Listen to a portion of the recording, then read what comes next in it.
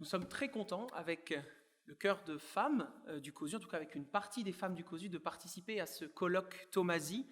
On aurait aimé pouvoir vous présenter le Requiem dans sa totalité, mais malheureusement ce n'est pas possible pour les raisons qu'on connaît. Donc on aura la chance de pouvoir partager avec vous ce Requiem en novembre, fin novembre, pour notre grand concert, donc avec ce grand et malheureusement trop méconnu Requiem de Tomasi.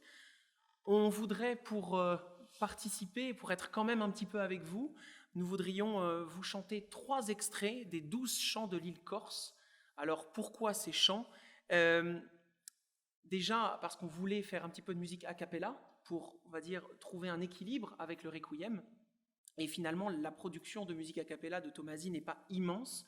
Et en fait, on va dire peut-être les pièces les plus emblématiques, finalement les pièces les plus données aussi, sont ces 12 chants de l'île Corse, même si ça reste une musique encore, comme je disais tout à l'heure, trop peu donnée. Une musique assez passionnante, ces 12 chants de l'île Corse.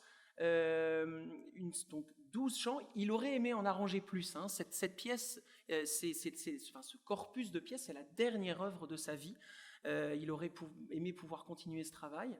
Et nous, on est très contents de pouvoir faire ces pièces parce qu'elles sont déjà dans un style complètement différent du Requiem.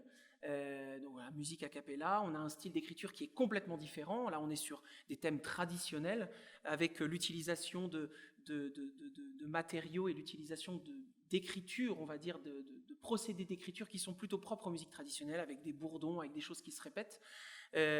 Donc voilà, ça fait un beau pendant pour nous d'avoir travaillé ces pièces pour voix de femmes qui donc sont, on va dire, une première présentation de ce que vous pourrez entendre, j'espère, fin novembre.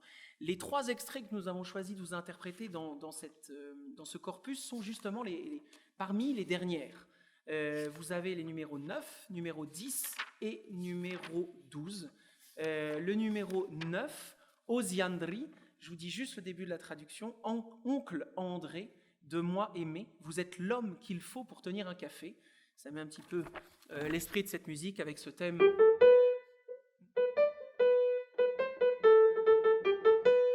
Une musique très traditionnelle, en même temps on est proche de l'Italie quand même avec ces thèmes-là aussi, et en même temps avec ce procédé des alti,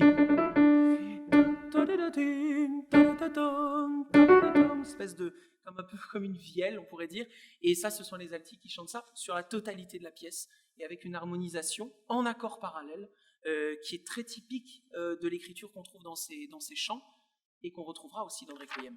Le texte suivant, qui est une berceuse, le numéro 10, dans la montagne de Cuscione était née une fillette, et sa chère grand-maman lui faisait faire dodo, et tout en la berçant, son destin lui prédisait. Donc quelque chose de complètement différent. Alors là, on est vraiment beaucoup d'accords parallèles avec des modulations un peu étonnantes, vous allez voir.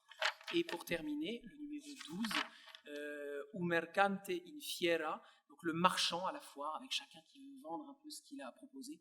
Voilà, pour terminer joyeusement ces 3 chants corses que j'espère vous apprécierez. Merci beaucoup.